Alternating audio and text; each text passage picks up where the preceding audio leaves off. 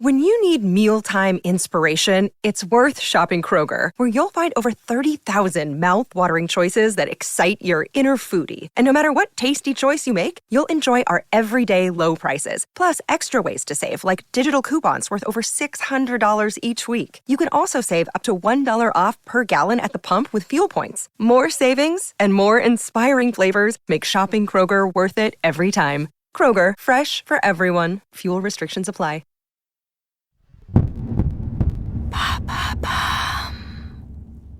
Salut, c'est Lorraine de Bababam.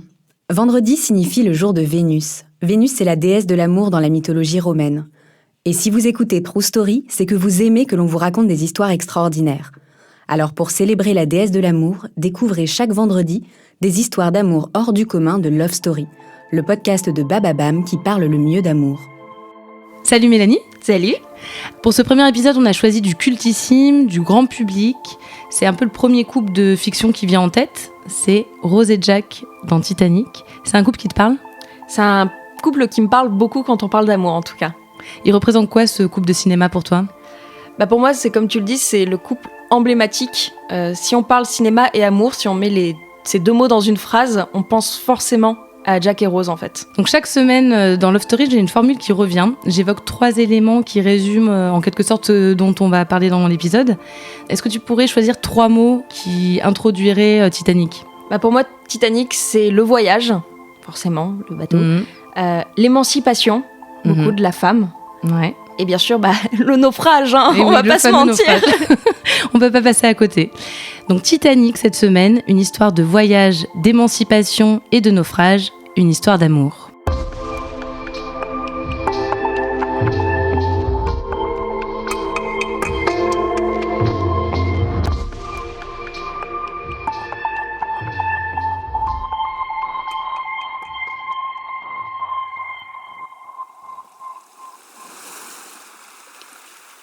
Été 1996, Rosarito Beach, Mexique.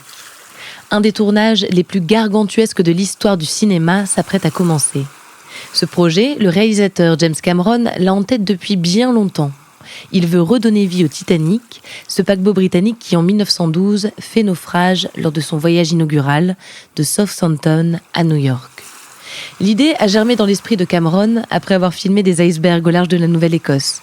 Ce film qu'il compte tourner, il lui donne un nom qui tombera aux oubliettes. Planet Ice. Avant le tournage, Cameron tient à visiter plusieurs fois la véritable épave du Titanic, à plus de 3700 mètres de profondeur au large du Canada. Il participe à plusieurs plongées sous-marines dans des navires de recherche russes. Cameron ne veut pas simplement raconter l'histoire du Titanic, il veut redonner vie au paquebot.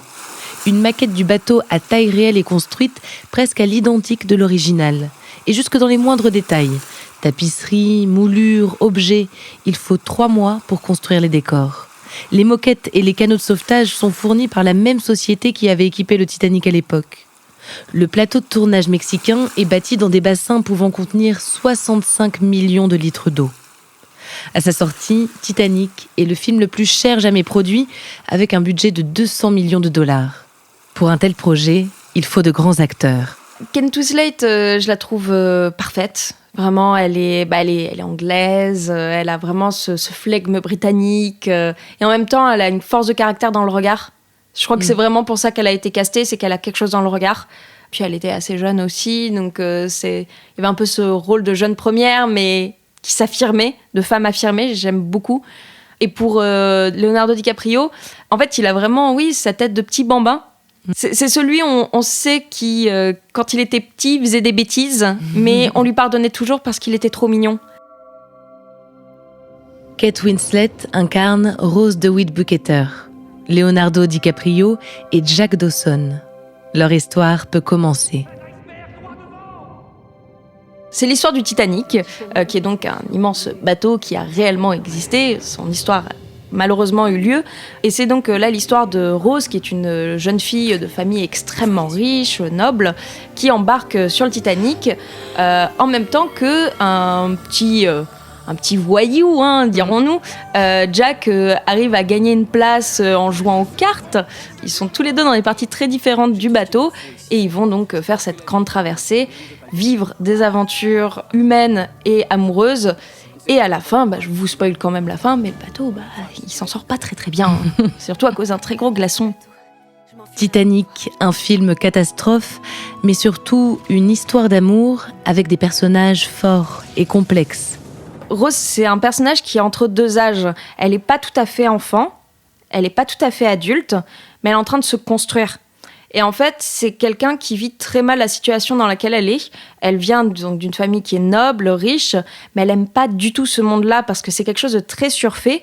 C'est une femme qui a besoin de s'émanciper. En fait, elle n'apprécie pas du tout le fait d'être dans un carcan. Elle n'apprécie pas du tout le fait que les hommes aient le pouvoir sur elle.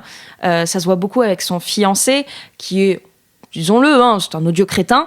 Et en fait, elle aime pas du tout, justement, ce qu'on essaye de lui imposer, même par sa mère qui essaye de lui imposer de rester une femme et d'écouter ce que les hommes disent. Elle se dit non, je veux être une femme indépendante. Je veux pouvoir, en fait... vivre ma vie, vivre mes amours, ne pas être obligée de vivre ce que les gens veulent me faire vivre. Et c'est pour ça que je trouve que c'est un personnage extrêmement intéressant, Rose. Jack, c'est le petit voyou beau gosse, c'est vraiment, c'est celui qui est au fond de la classe normalement et qui met les pieds sur la chaise. Mais en fait, lui, il est très intéressant parce que dans le cinéma, souvent, le personnage masculin, c'est celui qui en impose, c'est le personnage principal. Et là, dans Titanic, c'est pas le personnage principal. C'est l'un des deux personnages principaux, mais le film est surtout centré sur Rose. Et en fait, Jack, c'est celui qui va permettre en fait, de se rendre compte que la liberté est accessible. Il va être un énorme appui pour Rose. On se rend compte en revoyant le film qu'il va toujours lui laisser le choix. Il y a une scène qui le montre bien, qui est vraiment en fait leur première rencontre. Quand Rose va pour se suicider au début du film, parce que sa vie, elle en peut plus, elle veut se jeter par-dessus bord. Et en fait, Jack lui donne le choix, vraiment en lui disant « C'est toi qui décides, mais moi je suis là pour aider s'il y a besoin. » Et en fait, ce choix, je le trouve super important, parce que c'est pas un choix qu'elle avait eu jusque-là. Et là, en fait, on lui laisse l'opportunité de faire le choix de vivre. L'amour entre Rose et Jack est terriblement romantique. Ils s'embrassent avec fougue, ils prévoient de s'enfuir ensemble, ils se promettent une confiance totale. Si tu sautes, je saute. Pourtant, l'histoire d'amour du Titanic est avant tout une histoire d'émancipation. Celle d'une femme, Rose, qui part à la découverte d'elle-même. La scène du dessin, elle est vraiment très émancipatrice dans le sens que jusque-là, donc Rose, elle n'avait pas le choix de faire ce qu'on lui dictait de faire. Et là, elle fait le choix de poser nue. Jack lui dit à aucun moment, la contraint à le faire. Et elle fait le choix de poser nue. Elle s'accepte elle-même. Et je trouve que c'est très beau de voir ça par le regard de Jack, mais surtout en fait par son propre regard à elle, qui décide de s'accepter et d'accepter que quelqu'un la regarde. Et je trouve ça super beau. La romance entre Rose et Jack dure peu de temps. Ils embarquent sur le paquebot le 10 avril 1912, se rencontrent le 12, échangent leur premier baiser au crépuscule du 14, le soir du naufrage. Mais ensemble, ils ne vivent que des choses fortes, importantes, des moments difficiles et des moments lumineux. Moi, ma scène préférée du film, je trouve que c'est surtout la plus joyeuse, c'est la scène de la gig, de la danse. Ouais. C'est quand Rose en fait décide d'aller donc en 3e classe, là où il y a Jack, où en fait lui il l'amène après un dîner qui s'était très mal passé avec les gens de la haute. En fait, ils décident d'aller donc profiter, faire la fête, et ils dansent ensemble. Juste avant, les gens dansaient, mais vraiment avec dans le cul, on va pas se mentir. Et là, c'est libéré, c'est joyeux. Surtout, on voit le sourire qu'ils ont sur leur visage, qui est tout à fait naturel. L'argent fait pas le bonheur, quoi. C'est le fait d'être tous ensemble, c'est ça, en fait, qui rend heureux. Le soir du 14 avril 1912, le Titanic heurte l'iceberg qui le conduira au naufrage. Toute la nuit, Rose et Jack tentent de survivre, ensemble. Ils semblent portés par leur amour, par leur fureur de vivre. Ils font preuve d'un courage sans bornes. Quand Jack, pour sauver Rose, la fait monter sur un canot de sauvetage, Elle saute pour le retrouver. Malgré la panique, malgré la peur, ils sont inséparables, jusqu'à la mort. Donc le bateau a coulé et Rose est dans l'eau et en fait Jack la rejoint et en fait il lui trouve justement c'est ce qu'il a toujours fait en fait jusque-là, c'est l'aider à s'en sortir. Et en fait il a trouvé donc cette porte qui flottait dans l'eau et elle s'est mise dessus et lui il est resté pour veiller à ce qu'elle s'en sorte. Comme on le voit justement donc à la fin du film où on voit la chambre de Rose vieille, donc à 100 ans. Et en fait, il y a des photos d'elle qui la montrent en train de pêcher, en train d'être sur un avion qu'elle conduisait, enfin, qu'elle pilotait. Et en fait, justement, c'est cet amour qu'ils ont créé, c'est surtout cet amour d'elle-même qu'elle a pu en fait vraiment ressentir et après pour devenir une femme affirmée et pouvoir vivre ses rêves. C'est malheureusement un sacrifice qui a été fait mais pour que Rose s'en sorte, mais au-delà de juste survivre, en fait. C'est qu'après, elle a pu vivre. Et c'est ça qui est important, en fait, c'est le vrai message du film, pour moi. Et c'est un message qui est très global et que c'est pas forcément grâce à un homme qu'on peut réussir, ça peut être juste grâce à quelqu'un qui nous soutient. Et c'est vraiment ça, au final. Rien que le terme de soutenir, Jack, il faisait la balance pour pas que la porte, elle s'enfonce dans les eaux. Donc en fait, il faisait le soutien de la porte et c'est pour ça qu'il s'est sacrifié en fait. Après 8 mois d'un tournage particulièrement éprouvant, James Cameron a son film. Et bien plus. Il a en fait de quoi projeter 12 jours non-stop de pellicule. Le film sort en décembre 1997. Et le moins qu'on puisse dire, c'est qu'il fait mouche. Titanic devient le plus grand succès de tous les temps au box-office mondial.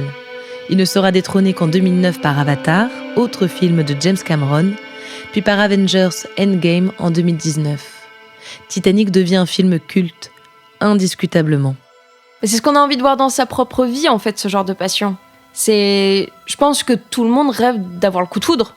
Parce que là, c'est vraiment ça. Il y a vraiment la foudre qui s'est abattue sur eux deux.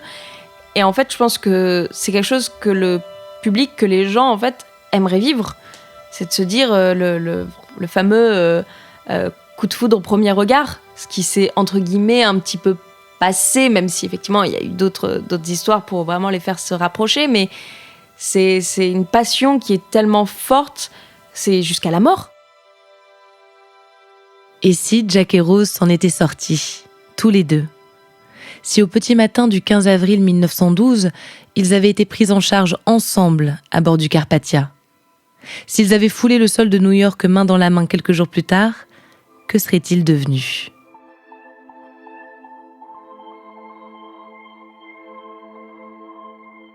Je pense pas qu'ils seraient restés ensemble. Justement, c'est que vraiment, je pense qu'ils auraient vécu ça de manière très... c'était un épisode de vie. Mais de toute façon, il y aurait forcément une séparation, vu qu'il y a quand même toujours ce truc de différence de classe. C'est Jack, il va pas être propulsé genre homme riche tout d'un coup, hein, il va pas arriver à sa caste à elle. Donc je pense que elle au moins elle l'a vécu voilà comme un chemin de vie pour devenir la femme qu'elle est donc qu'elle a pu être par le futur. Mais je pense pas qu'ils auraient fini ensemble. Je pense que c'était vraiment il y aurait eu, à la limite, j'aurais bien vu deux personnes qui vivent en parallèle, qui prennent des nouvelles l'un de l'autre, en se disant qu'ils se sont beaucoup apportés l'un à l'autre. Mais je pense pas, non, que ça aurait pu être une romance jusqu'au bout.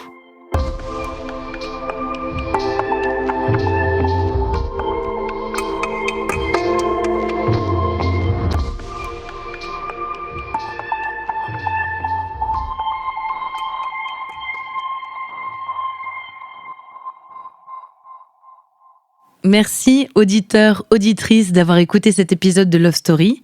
Merci infiniment à Mélanie de m'avoir accompagnée sur cet épisode. Son analyse a été inspirée par une vidéo de la chaîne Cinémaniac qu'on vous invite à découvrir. Et pour découvrir le travail de Mélanie, rendez-vous sur sa chaîne YouTube La Manie du Cinéma et sur Instagram, Twitter, Utip et Tipeee. Foncez-y, vous allez apprendre plein de choses ou au moins enfin trouver une bonne idée de film à regarder dimanche soir prochain. Bisous!